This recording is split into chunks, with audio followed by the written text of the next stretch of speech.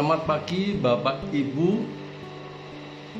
Saya harap semuanya dalam keadaan sehat, damai sejahtera. Ya, pada pagi hari ini kita akan masuk dalam Sapa Pagi. Renungan pagi hari ini diambil dari Matius pasal yang ke-13, ayat yang ketiga sampai yang ke-9. Matius pasal 13 ayat 3 sampai yang ke-9. Mari saudara, sebelum kita membaca firman Tuhan, kita berdoa. Tuhan Allah, di dalam Yesus Kristus, tolonglah saya, mampukanlah untuk dapat membaca, merenungkan sebagian firman Tuhan ini agar dapat menjadi pencerahan, menjadi ketenangan, menjadi lebih baik hidup kami. Mohon kiranya kuasa Roh Kudus-Mu memberikan ketenangan bagi kami. Amin. Pasal 13 ayat 3-9. Dan ia mengucapkan banyak hal dalam perumpamaan kepada mereka. Katanya, adalah seorang penabur keluar untuk menabur. Pada waktu ia menabur, sebagian benih itu jatuh di pinggir jalan. Lalu datanglah burung dan memakannya sampai habis. Sebagian jatuh di tanah yang berbatu-batu, yang tidak banyak tanahnya. Lalu benihnya itu pun segera tumbuh, karena tanahnya tipis. Tetapi sesudah matahari terbit, layulah ia dan menjadi kering, karena tidak berakar. Sebagian lagi jatuh di tengah semak duri, lalu makin besarlah semak itu dan menghimpitnya sampai mati. Dan sebagian jatuh di tanah yang baik, lalu berbuah, ada yang 100 kali lipat, ada yang 60 kali lipat, ada yang 30 kali lipat. Siapa bertelinga, hendaklah ia mendengar. Luar biasa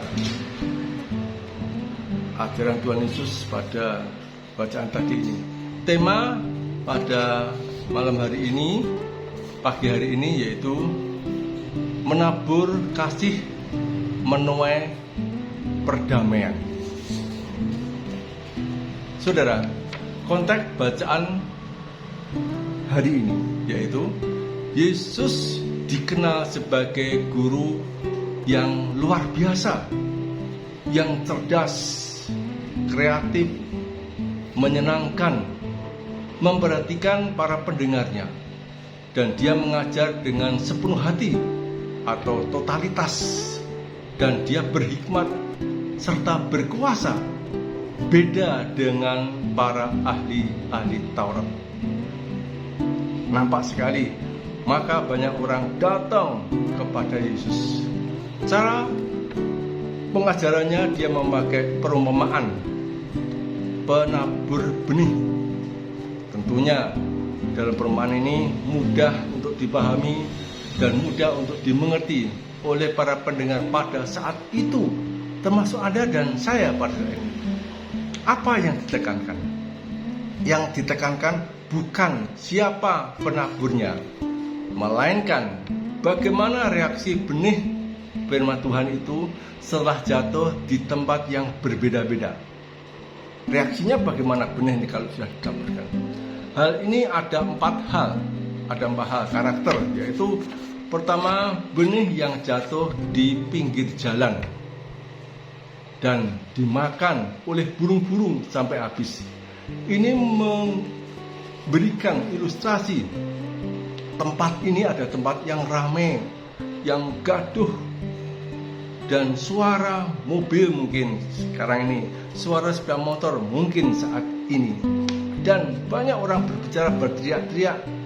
Nah, atau mungkin orang berjalan tidak memperdulikan, kemungkinan benih itu bisa diinjak-injak, dan bahkan ada burung-burung datang, dia memakannya. Nah, artinya si pendengar pada tidak fokus, tidak bisa konsentrasi, maka percumalah apa yang dia dengar, karena kondisi tidak memungkinkan. Atau kalau kita lihat orang yang ada di gereja misalnya, di depan atau di belakang saja, tetapi pikiran orang ini bisa keluar kemana, kesana, kesini. Walaupun dia mendengar, kelihatan telinga kiri masuk, keluar telinga kanan, kelihatannya dia diam tenang, tetapi pikiran dan konsentrasi tidak. Itu jatuh di pinggir jalan. Yang kedua, jatuh di tanah yang berbatu dan tidak banyak tanah. Nah, ini bagaimana? Benih yang tumbuh itu bisa hidup, tetapi kelamaan ada sinar matahari, dia bisa berkembang, layu, kering dan mati. Nah, itu bagikan seperti ini, saudara. Saya lihat seperti batu ini, batu ini kalau saya masukkan ke dalam air, kira-kira bagaimana? Ini ya, masukkan ke dalam air.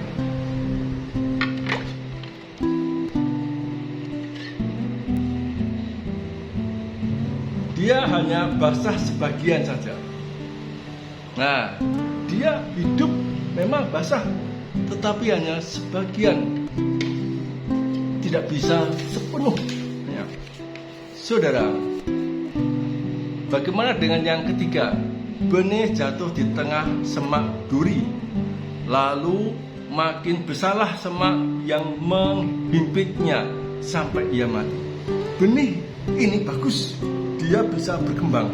Semakin dia tumbuh, semakin dia besar, tentunya daunnya akan tertekan oleh semak-semak atau duri-duri sehingga bisa robek.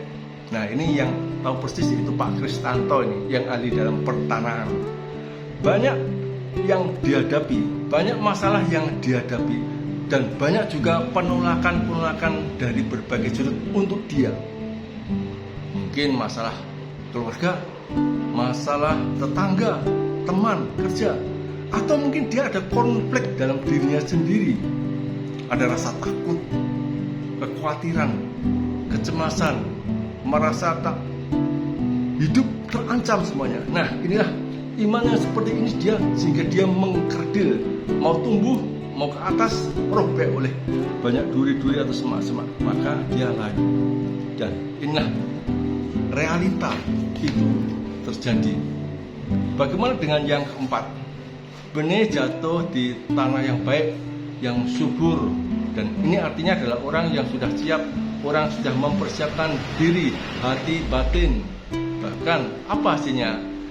Apakah orang ini tidak punya masalah? Oh tentu, orang ini pun juga punya masalah, tetapi dia bisa memecahkan masalah dan bisa mengatur masalah ini dengan baik dan benar. Masalah itu harus dimanage, diatur, jangan sampai keluar, maka dia bisa menguasai masalah. Nah, saudara, ini dapat saya gambarkan seperti ini. Orang ini seperti lap. Bagaimana lap ini saya masukkan ke dalam air? Nah, Anda akan nampak sekali kalau lap ini dimasukkan ke dalam air, yang kering tadi tanahnya, lapnya ini akan menjadi basah. Dia akan mengisap semaksimal mungkin. Nah, ini coba lihat, coba. Nah, ini kalau saya remas, dia akan keluar. Artinya bahwa dia itu mendengar, dia itu meresapi, dia itu memahami dengan sepenuh hati. Maka tentunya dari dirinya tadi yang kering, seperti lap yang kering, dimasukkan ke dalam air, maka dia akan bisa basah, merasakan sejuknya, merasakan kenyamannya kehadiran Tuhan. Maka dia inilah orang yang berbahagia. Maka dikatakan hasilnya 100 kali lipat, 60 kali lipat, dan 3 kali lipat. Saudara, bagaimana dengan kondisi kita saat ini, pada saat Anda mendengarkan? Yang pertama, apakah firman yang Anda dengar ini tidak jelas atau tidak berarti bagiku atau bagi Anda? Itu saya kasih tanda tanya. Gak jelas bagi saya, tanda tanya.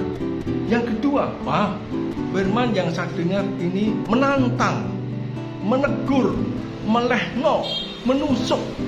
Saya kasih tanda panah. Tanda panah itu menusuk, melehno, mengenai pada saya. Yang ketiga, ini menguatkan, memotivasi bagi saya, menerangi iman saya, memberikan kekuatan bagi saya, membuat saya cerah. Saya gambarkan itu seperti lilin yang hidup menerangi. Firman itu, firman terang bagi hidupku. Nah, saudara, setiap manusia mempunyai banyak motivasi respon terhadap firman Tuhan. Ada yang nggak tahu Pak saya. Ada juga yang itu menantang firman itu. Saya harus lebih sadar, saya lebih insaf. Atau yang ketiga, mau motivasi menjadi lebih kuat. Mana yang Anda pilih? Itu bagaikan seperti benih yang jatuh di tempat area yang berbeda. Saya yakin pilihlah yang terbaik. Anda dan saya diberi oleh 2 telinga dan 1 mulut. Artinya, dengarlah, pahamilah, mengertilah dengan baik. Maka itu akan masuk dalam hati, masuk dalam pikiran. Hati dan pikiran itu harus sinkron bersama. Maka itulah Anda akan berkembang. Amin. Mari saudara kita berdoa.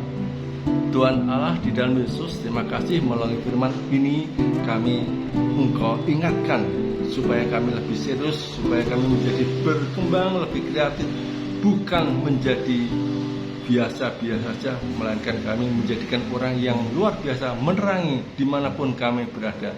Terima kasih Tuhan Yesus. Amin.